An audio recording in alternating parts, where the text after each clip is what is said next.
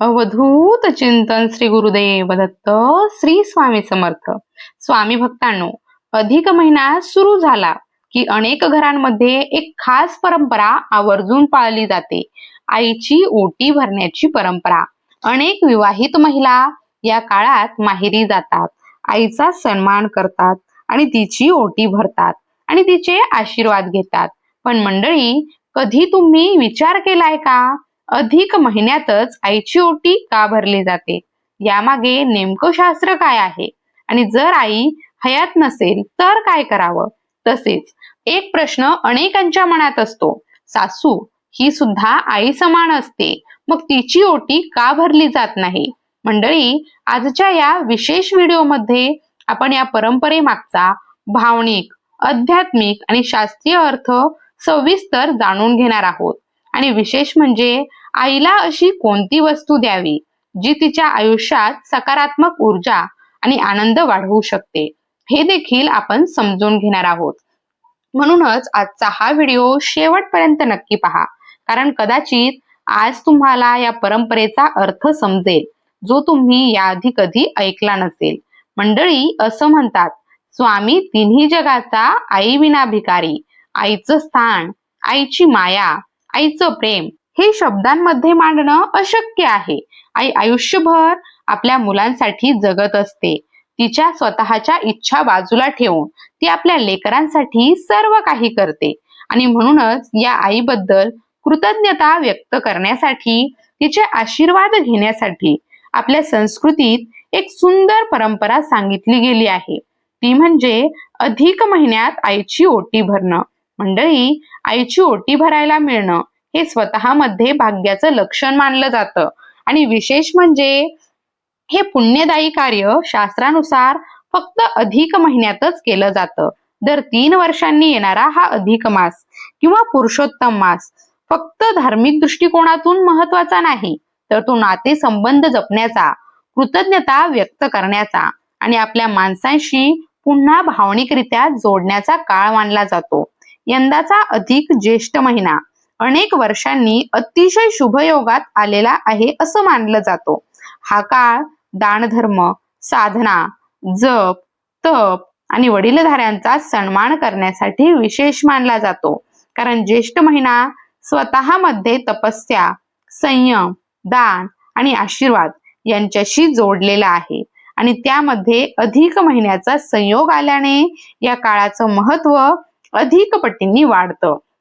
असं मानलं जातं की या काळात केलेलं प्रत्येक सत्कर्म मन शांती, सकारात्मक ऊर्जा आणि घरातील सुख समृद्धी वाढवणारं मानलं जातं. म्हणूनच अनेक महिला या काळात आई वडिलांप्रती कृतज्ञता व्यक्त करतात आणि आईची ओटी भरतात. पण मंडळी, ओटी भरणं म्हणजे नेमकं काय? आपण हा शब्द नेहमी ऐकतो, सण समारंभात हा विधी करतो, पण याचा खरा अर्थ खूप सुंदर आहे. जेव्हा एखाद्या सुवासिनीची किंवा गर्भवती स्त्रीची ओटी भरली जाते, तेव्हा तिच्या साडीच्या पदरामध्ये तांदूळ, सुपारी, हळकुंड, नारळ आणि खण ठेवले जातात. आध्यात्मिक दृष्टिकोनातून ओटी भरणं म्हणजे मातृत्वाचा सन्मान करणं, स्त्रीच्या सर्जनशील शक्तीला, तिच्यातील देवत्वाला वंदन करणं.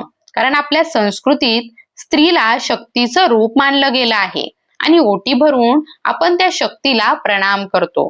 आता मुख्य प्रश्नाकडे वळूया.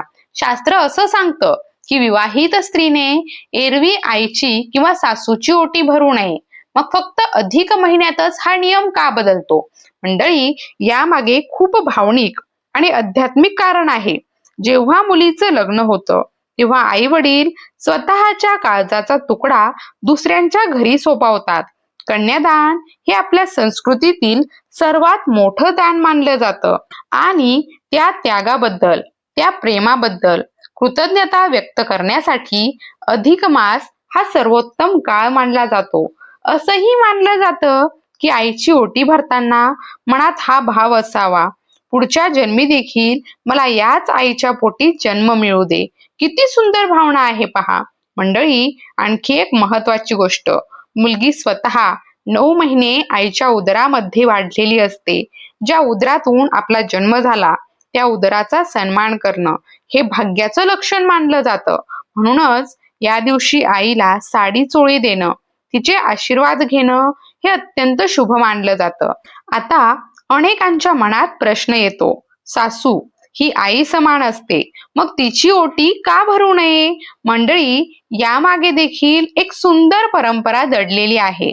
लग्नानंतर जेव्हा सून पहिल्यांदा सासरी येते तेव्हा सासू तिची ओटी भरते.